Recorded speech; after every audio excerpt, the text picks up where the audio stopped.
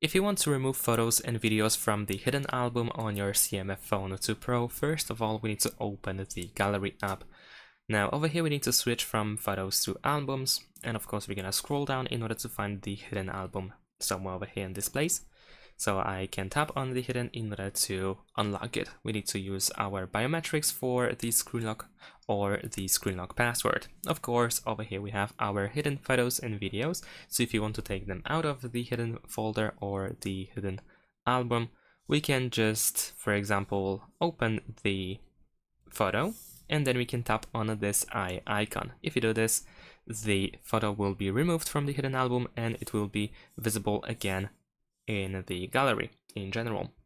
And of course you can also press and hold your finger in order to start selecting. You can select multiple items at once, and then you can press this eye icon again at the bottom of the screen, and everything that you have selected will be removed from the hidden album and it will be visible again in the gallery.